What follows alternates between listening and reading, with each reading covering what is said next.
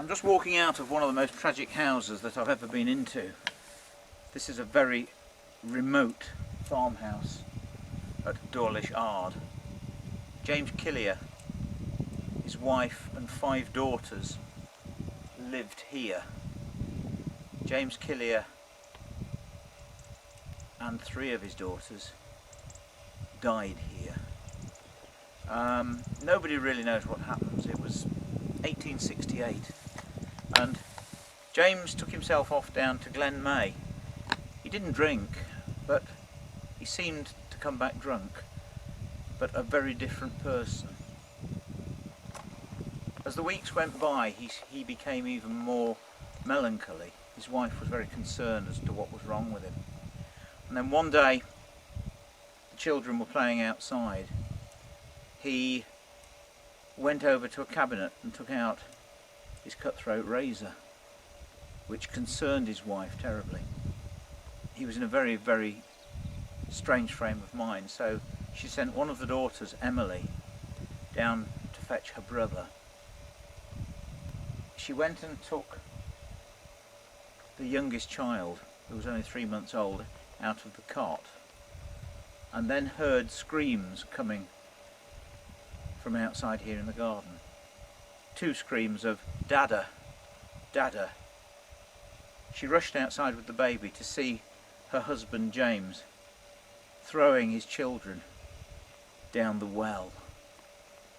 Throwing them down the well, which is actually covered up now completely, but is just over here. I'll just wander over to the site where 4 people died in 1868. His wife rushed over here with the baby still in her arms to try and stop him. He'd already thrown 2 of the children down the well. He wrestled with his wife, screaming to her that they were all going to go together. He pulled the baby out of her arms and threw the baby down, just at the moment when the daughter Emily, who'd been trying to find her uncle, came back. He rushed over, grabbed hold of Emily and threw her down here as well.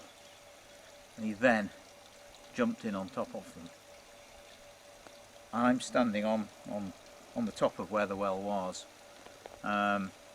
Most tragic sight I think I've ever been to. Emotion's almost too much, it really is. The brother came along and actually went down the rope in the bucket, grabbed one of the girls, came back up the rope and dropped her back down again. And he had to go down a second time to bring her out. He actually brought 3 of the children out, 2 of which lived. The baby was dead, James was dead, and 2 of the other girls were dead as well. I don't know, it's awful to even stand here. No wonder the place is derelict and empty. The following was reported in a local newspaper. An air of solemn, sombre and oppressive silence hangs over the spot. Not a policeman or other officer of the law is yet to be seen. No gaping crowds have penetrated thither to satisfy that craving for the horrible which is inherent in human nature. At the door of the cottage stands a little girl, some 5 years old, who gazes about her with a timid, half-frightened air, as well she may, poor child, having been one of those rescued from such imminent peril of death. And there is another report as well, telling of the scene inside the house. If I dare go in. There sits a woman whose frame is convulsed with the agony of grief, while at a little distance from her are 2 fine little girls, one about 5, the other about 2 years of age.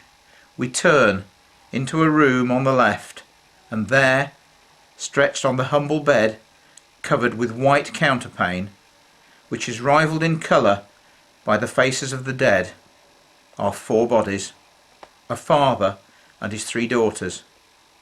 The father is a man of some 33 years, a handsome man.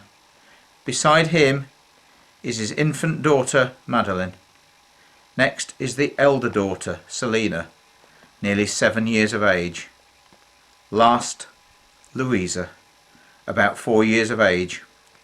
Hard indeed would be a heart unmoved by such a touching spectacle.